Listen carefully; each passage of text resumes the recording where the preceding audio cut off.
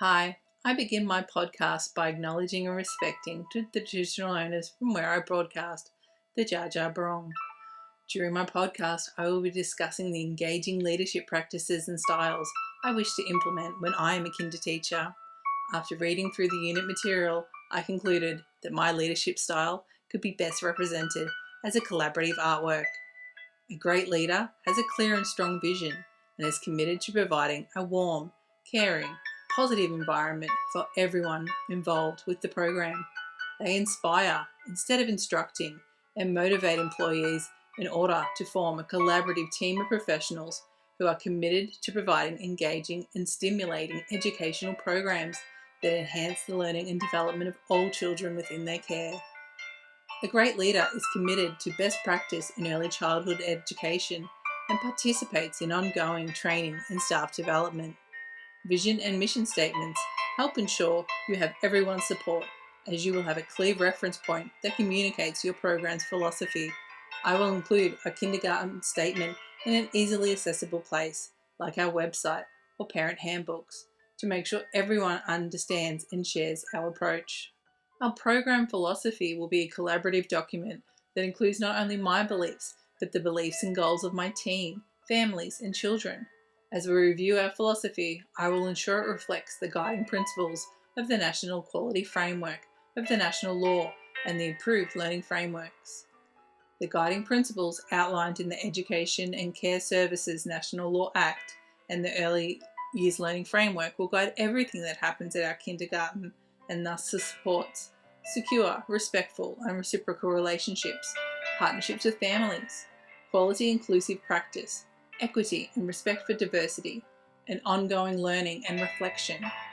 The Leadership and Service Management Standard of the NQS Quality Area comprises 3 standards. Standard 7.1. Effective leadership promotes a positive organisational culture and builds a professional learning community. Standard 7.2. There is a commitment to continuous improvement. And Standard 7.3. Administrative systems enable the effective management of a quality service. A great leader knows their team's strengths and weaknesses and can delegate many of the required administrative tasks accordingly to produce the best possible outcomes. During the unit readings, I was inspired by Usati and Marta's love-based leadership style.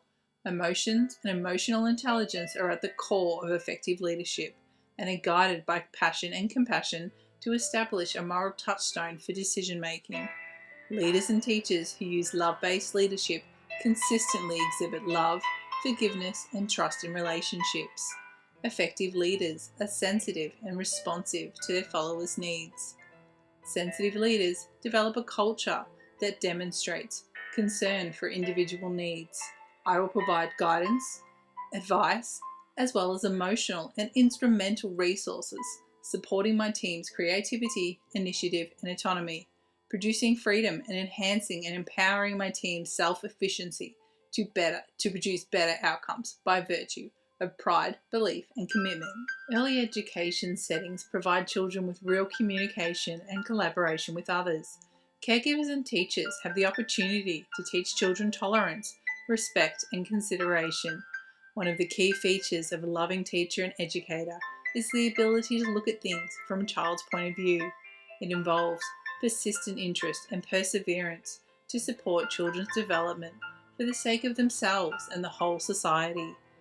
Relationships engage children in the human community in ways that help them define who they are, what they can become, and how and why they are important to each other.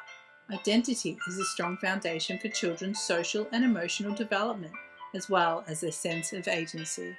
Children notice differences in appearance and behaviours from a young age, providing good opportunities to encourage respectful and responsive relationships with others, to learn about similarities and differences, and how we can learn to live together. Loving teachers respect the diversity of families and communities and the aspirations they hold for their children. I will foster children's motivation to learn and reinforce their sense of themselves as competent learners, encouraging and rewarding the multitude of talents and strengths a child possesses.